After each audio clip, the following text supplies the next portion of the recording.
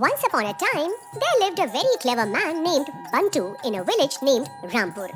Bantu was so clever that everyone avoided him lest he fool them. But still, he used to fool everyone with his cleverness. There was no one in the entire village who could fool Bantu. One day, when both Shyamlal and Ramprasad were sitting under a banyan tree, Bantu was passing by.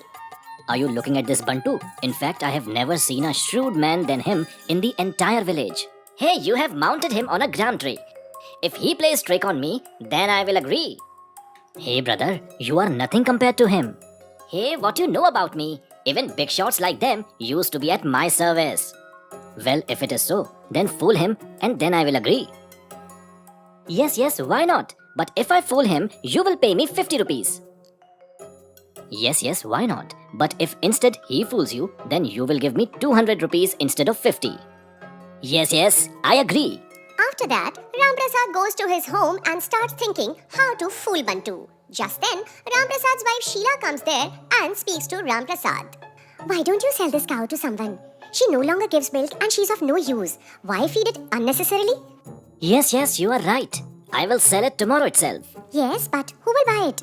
Just keep watching. The next day, Ramprasad takes his cow Gauri and sits under the banyan tree. Shyamlal is also there. Ramprasad then starts shouting loudly. If anyone wants a cow, then take it. I'm selling it at a low price. Bantu was passing by from there and stops after seeing Ramprasad. Hey brother, what happened? Why are you selling your beauty? Actually, his cow?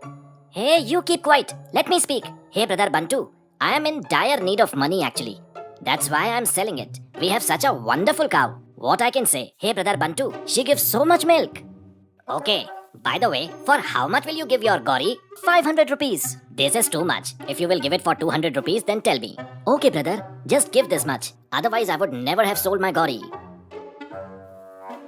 Ramprasad is very happy to sell his cow to Bantu, and after Bantu's departure, he speaks loudly to Shyamlal.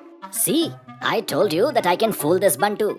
Look how I sold a worthless cow for rupees 200, which was not even worth rupees 100. Now say, brother. Yes, brother, I agree with you. Here is 50 rupees as per the condition. Ramprasad is very happy that day, but when Bantu goes home and tries to milk the cow does not give even a drop of milk. This Ramprasad tried to fool me.